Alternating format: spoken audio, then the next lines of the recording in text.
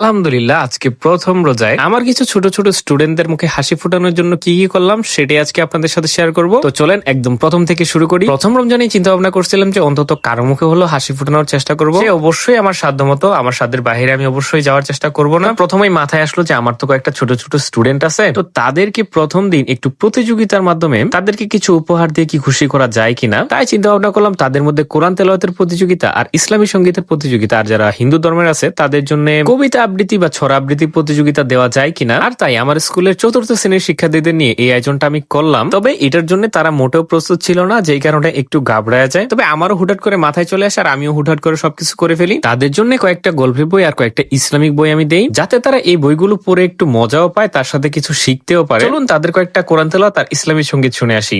الله لا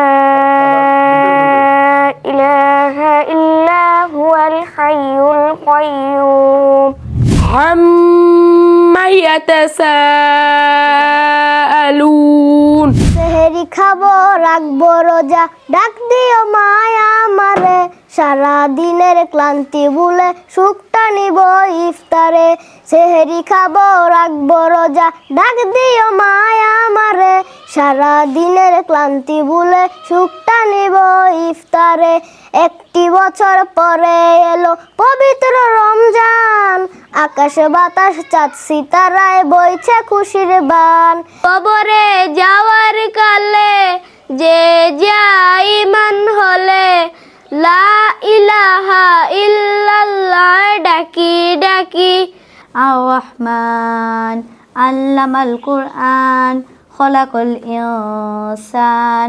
ওদের যার যার সাধ্য মতো সবাই চেষ্টা করেছে। তবে এর মধ্যে সবচেয়ে ভালো লাগার যে জিনিসটা সেটা হচ্ছে ওরা ছোট মানুষ, তাও ওরা দেখলাম ম্যাক্সিমাম সবাই রোজা রাখছে। আর যারা ফার্স্ট, সেকেন্ড, থার্ড, ফোর্থ এবং ফিফথ হয়েছে তাদের মধ্যে একটা আলাদাভাবে পুরস্কার দিছি। আর যারা পায় নাই বা পারে নাই তাদেরকে হতাশ করি নাই, সবাইকে একটা একটা করে কলম দিয়ে দিছি। যাই হোক, আজকে এই পর্যন্তই। আর পরবর্তীতে কাদের মুখে হাসি ফোটানো যায় বা কি কাজটা করা যায় সেটা অবশ্যই আপনারা কমেন্ট করে জানাবেন। সকলেই ভালো থাকবেন। আল্লাহ হাফেজ।